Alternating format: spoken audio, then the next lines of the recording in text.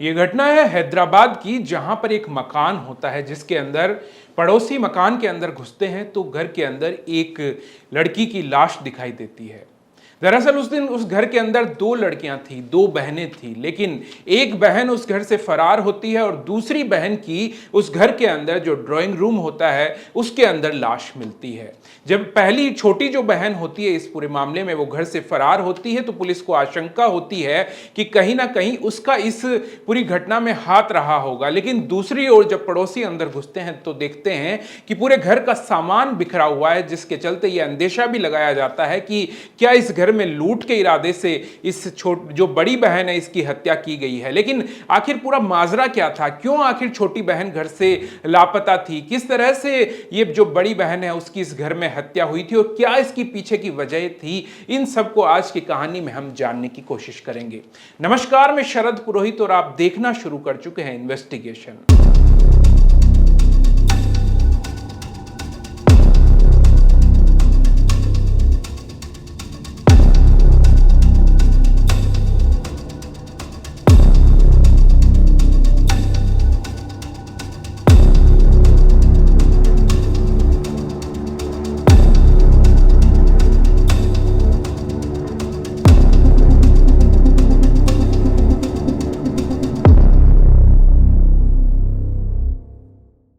ये कहानी शुरू होती है हैदराबाद के कोर्टला जो इलाका है वहां से। कोर्टला इलाके में एक परिवार रहता है। परिवार में 5 लोग थे, 2 बहनें थी, एक उनका भाई था, उनके मम्मी, उनके पापा, 5 लोग उस घर में रहा करते थे। जो भाई था वो बेंगलोर में गया हुआ था, उसकी वहां पर जॉब लगी हुई थी, वहां पर वो काम किया करता था। तो इन दिनों वहां पर घर में 4 ही लोग रह रहे थे, दोनों बहनें, उनके माता और उनके पिता। जो बड़ी बहन थी दीप्ति, वो इंजीनियर थी पेशे से और एक आईटी कंपनी के लिए काम किया करती थी। वहीं जो छोटी बहन थी चंदना, वो चंदना जो थी वो अभी उसकी पढ़ाई पूरी हुई थी, वो भी आईटी से ही रिलेटेड थी और उसके बाद में जॉब की तलाश में थी। लेकिन जब उनका परिवार था, 28 अगस्त का ये पूरा दिन है, परिवार फैमिली फंक्शन में कहीं बाहर गया था, हैदराबाद के लिए गया हुआ था। हैदराबाद जब परिवार गया था तो माता और पिता गए थे, लेकिन दोनों जो बेटियां थी वो यहाँ पर कोर्टला में अपने घर पर ही मौजूद थी। परिवार जब वहाँ पर चला गया, माता पिता जब फैमिली फंक्शन में चले गए तो वहाँ से उन्होंने अपनी बेटियों को फ़ोन किया, लेकिन एक समय के बाद में दोनों बेटियों ने उस फ़ोन नहीं उठाया। जो बड़ी बेटी थी दीप्ति, लगातार उसको फ़ोन किया जा रहा था लेकिन फ़ोन नहीं उठाया। उसके बाद में छोटी बेटी थी, उसको भी परिवार वालों ने फ़ोन किया लेकिन वो भी फ़ोन नहीं उठा रही थी। तो जो माता पिता थे उनको चिंता होने लगी थी कि आखिर दोनों बेटियां घर में अकेली है, आखिर ऐसा क्या हो गया कि दोनों ही फ़ोन नहीं उठा रही है। उन्होंने पड़ोसियों को फ़ोन किया, पड़ोसियों को कहा कि एक बार घर पर जाकर देखें कि आखिर हुआ क्या है, क्यों उनकी दोनों जो बेटियां हैं वो फ़ोन नहीं उठा रही है। उसके बाद में पड़ोसी वहां पर जाते हैं तो जो बाहर का दरवाज़ा होता है घर का वो खुला हुआ होता है। पड़ोसी अंदर जाकर देखते हैं, अंदर जाकर देखते हैं तो अचंभित हो जाते हैं।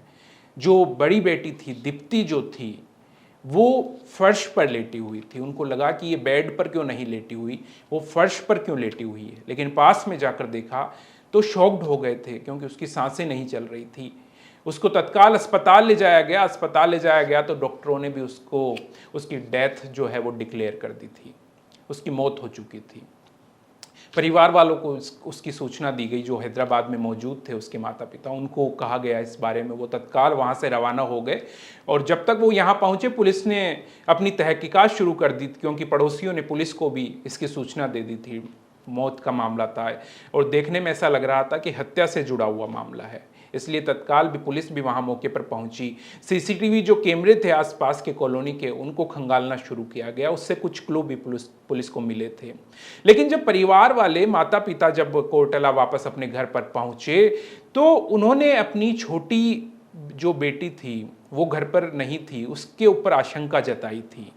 उन्होंने पुलिस को ये बताना शुरू किया कि जो उनकी छोटी बेटी थी उसका एक दोस्त था, उससे कई दिनों से वो बातचीत कर रही थी, घर भी काफ़ी देर से वो आया करती थी, तो हो सकता है कि वो इसके अंदर पूरी घटना में शामिल हो या इस मर्डर के लिए वो जिम्मेदार हो। इस तरह की आशंका परिजनों ने जताई। तो पुलिस को एक एंगल मिल चुका था जांच के लिए, क्योंकि जब बड़ी बेटी दीप्ति थी उसका अगर मर्डर होता है और छोटी बेटी थी वो लापता थी, तो कहीं ना कहीं जो आशंका थी, जो मामले की जो जांच की सुई थी, वो उस छोटी बेटी के ऊपर आकर टिक गई थी।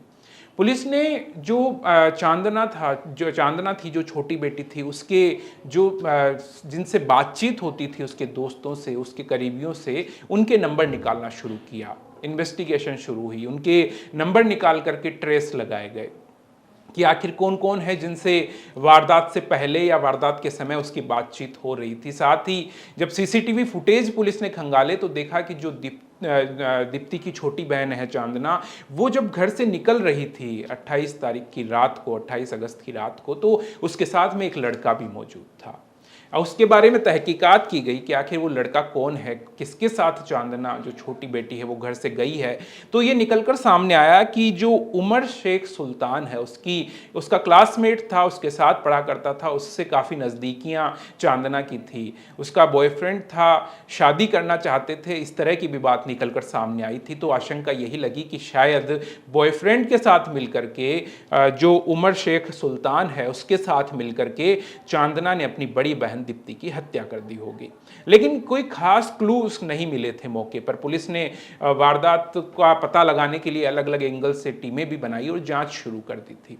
उसके बाद में जब उसके नज़दीकी जो लोग थे, जिनके नंबर पहले ट्रेस पर लगवाए गए थे, पता लगा कि उनकी लोकेशन निकलकर सामने जो आ रही थी वो सारी तेलंगाना से महाराष्ट्र के बीच की आ रही थी और वो मूविंग लोकेशन थी, यानी कि वो चल रहे थे, वो यात्रा कर रहे थे और उसमें एक दो लोग नहीं बल्कि 4 से 5 लोग शामिल थे। उसके अंदर अगर बात की जाए तो जो दीप्ति की छोटी बहन है चांदना, वो उसकी भी लोकेशन लगातार वहीं मूव हो रही थी। उसके साथ में जो उमर शेख सुल्तान है, उमर शेख सुल्तान की जो माँ है आलिया महबूब, उसकी भी लोकेशन कुछ इसी तरह से आ रही थी। जो बहन है उमर शेख की फातिमा, उसकी भी लोकेशन साथ में मिल रही थी। एक दोस्त भी था सुल्तान का, उसकी लोकेशन जो हाफिज था, उसकी भी लोकेशन कुछ इसी तरह की आ रही थी कि वो सब महाराष्ट्र की ओर मूव कर रहे थे, जिससे पुलिस ने ये अंदाजा लगाया कि शायद इन लोगों ने मर्डर किया हो और उसके बाद में यहां से वो फरार हो गए होंगे और महाराष्ट्र की तरफ वो भाग रहे हैं। हालांकि उससे पहले एक ट्विस्ट इस पूरे केस में आया था। वो कुछ ऐसा हुआ था कि जो चांदना थी उसने अपने बेंगलोर में जो उसका भाई रह रहा था उसको एक ऑडियो मैसेज भी किया था। एक ऑडियो मैसेज में ये कहा कि वो नहीं जानती कि उसकी जो बड़ी बहन है दीप्ति, उसकी हत्या हो गई है या उसकी मौत हो गई है, लेकिन उसे कुछ इस तरह का अंदाजा है और वो घर से बाहर कहीं चली गई है किसी के साथ, तो उसको तलाश ना किया जाए, उसको खोजने की कोशिश ना की जाए। इस तरह का एक वॉइस मैसेज उसने किया था। एक तरफा मैसेज था क्योंकि उसने फ़ोन बार बार में वो स्विच ऑफ कर लिया करती थी, या वो अगर उसको फ़ोन किया जाता चांदना को परिजनों की ओर से तो फ़ोन नहीं उठाती थी, लेकिन व्हाट्सएप पे एक मैसेज, वॉइस मैसेज करके उसने छोड़ दिया था। तो पुलिस को एक ये भी क्लू मिला और इससे पुलिस ने ये अंदाजा लगाया कि आखिर उसने हत्या या जिस तरह से कहा कि शायद उसकी मौत हो गई होगी, इस तरह के शब्दों का इस्तेमाल क्यों किया। यानी कि पुलिस अब पूरी तरह से क्लियर हो चुकी थी कि कहीं ना कहीं ये जो पूरी वारदात हुई है मर्डर की, इससे किसी ना किसी तरह का जुड़ाव उसकी छोटी बहन चांदना का जरूर है। और उसके बाद वो अगर इस तरह का मैसेज कर रही है तो निश्चित तौर पर वो कहीं ना कहीं इसके लिए जिम्मेदार भी हो सकती है। इसी अंदाजे के साथ में, इन्हीं आशंकाओं के साथ पुलिस अपनी जांच को आगे बढ़ा रही थी। पुलिस की एक टीम थी जो कि उस रास्ते पर निकल चुकी थी जहां पर उनकी लोकेशन आ रही थी। हालांकि जो लोग वहां तेलंगाना से फरार हुए थे महाराष्ट्र के लिए, उनको इस बारे में बिल्कुल भी आशंका नहीं थी कि शायद पुलिस की टीमें उनके पीछे लग चुकी है। लेकिन रास्ते में ही आगे जो पुलिस थाने मौजूद थे महाराष्ट्र के बीच में, उन थानों को यहाँ से तेलंगाना से पुलिस की ओर से इन्फॉर्म कर दिया गया था, तस्वीरें भेज दी गई थी इन लोगों की और ट्रेन जो जिसमें जा रहे थे, वो सफ़र कर रहे थे, उसकी जाँच करने के लिए कहा गया। और रास्ते में ही उन सभी लोगों को पुलिस ने पकड़ लिया था। जो आगे पुलिस की जो टीमें थी उनको वो लोग मिल गए थे। वहाँ से जो चंदना थी पुलिस ने उसको हिरासत में ले लिया, जो सुल्तान था वो भी वहीं पे साथ में मिल गया था, उसको हिरासत में ले लिया गया था।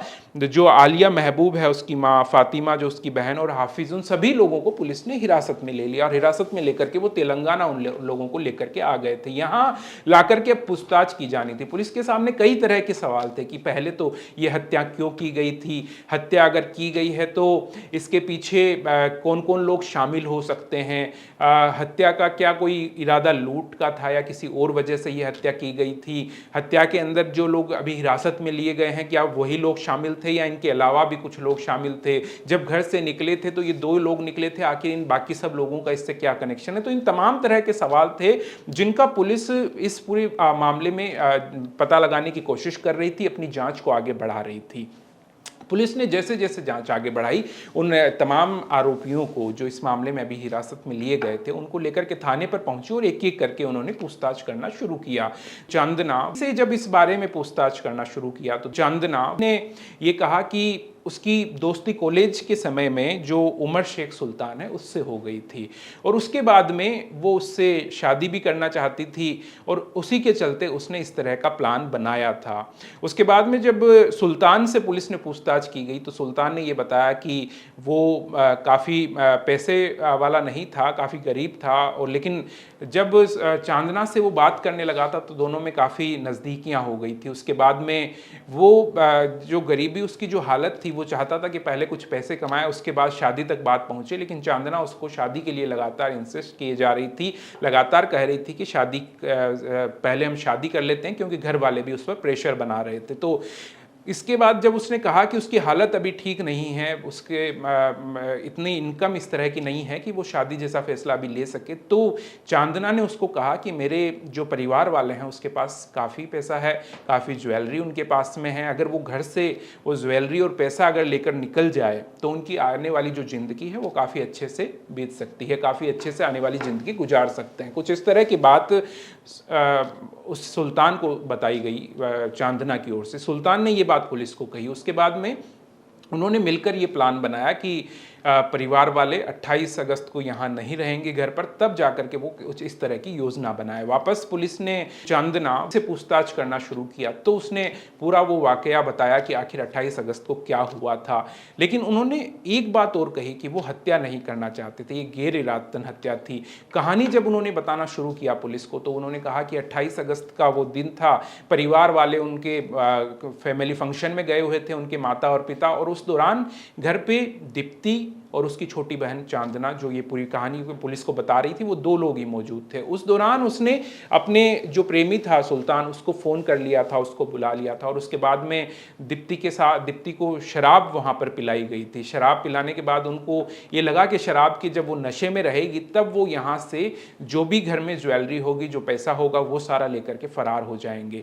तो उस दौरान जब शराब बहुत ज़्यादा अधिक मात्रा में पिलाई गई दीप्ति को, एक तरह से गुमराह करके या झांसे में लेकर के एक तरह से प्री प्लान करके ये सारी चीज़ें की गई। तो दीप्ति शराब पीने के बाद में सो गई थी। सोने के बाद में उन लोगों को लगा कि अब रास्ता एकदम साफ है, यहाँ से सारा सामान लेकर के वो आसानी से फरार हो सकते हैं। जब घर का सामान वो निकाल रहे थे, अलमीरा से जब वो ज्वेलरी निकाल रहे थे, बाकी सामान घर का निकाल रहे थे, उस दौरान दीप्ति जाग गई थी।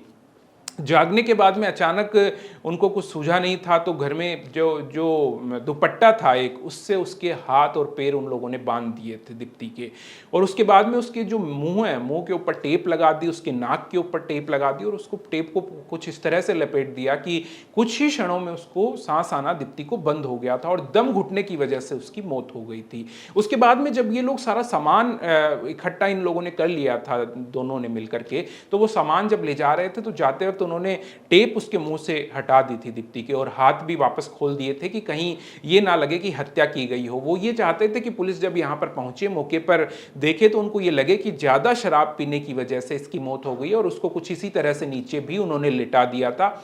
लेकिन ये सारी कहानियां पुलिस के सामने आ चुकी थी कि आखिर इस तरह से इस सारी घटना को अंजाम दिया गया है। लेकिन चंदना कहते हुए नजर आ रही थी कि जब उन्होंने मुंह पर टेप लगाई थी तो उन्होंने ये नहीं सोचा था कि उसकी मौत हो जाएगी। वो सिर्फ ये चाहते थे कि वो वहां पर चिल्लाना उसने शुरू कर दिया था। जैसे ही वो जाग गई थी दीप्ति, जैसे उसने चिल्लाना शुरू कर दिया तो हड़बड़ी में आकर के उन्होंने सोचा कि इसको एक बार बांध कर रख देते हैं, मुंह पर टेप लगा देते हैं कि ये चिल्लाए नहीं, और उसके बाद में जाते वक्त ये खोल करके चले जाएंगे, इस तरह का उन्होंने सोचा था। लेकिन उससे पहले ही दम घुटने से मौत हो गई थी।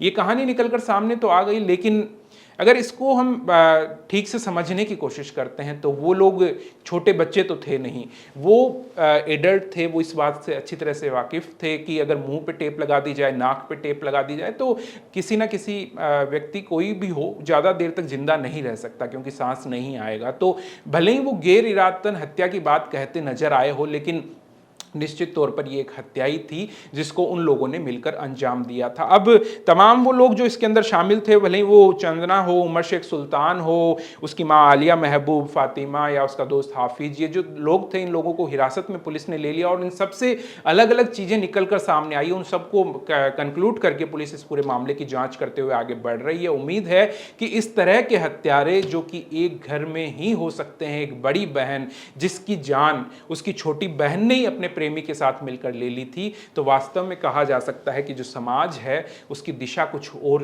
तरफ वो आगे बढ़ती हुई नजर आ रही है। सोचने वाला विषय है कि इस तरह की मनोवृत्ति को किस तरह से कम किया जा सके कि इस तरह के अपने दोस्तों के साथ मिलकर के अपने ही घर वालों की कोई हत्या की साजिश कैसे रच सकता है। आपके क्या ख्याल है इसको लेकर के, आपकी क्या राय है, कमेंट करके मुझे जरूर नीचे बताइएगा। तो आज की कहानी में बस इतना ही। उम्मीद यही की जा सकती है कि इसके अंदर जो भी आरोपी रहे, पुलिस उनको जल्द से जल्द कोर्ट में पेश करके कड़ी से कड़ी सजा यहां पर दिलवाए। तो फिलहाल के लिए अभी इतना ही। नमस्कार।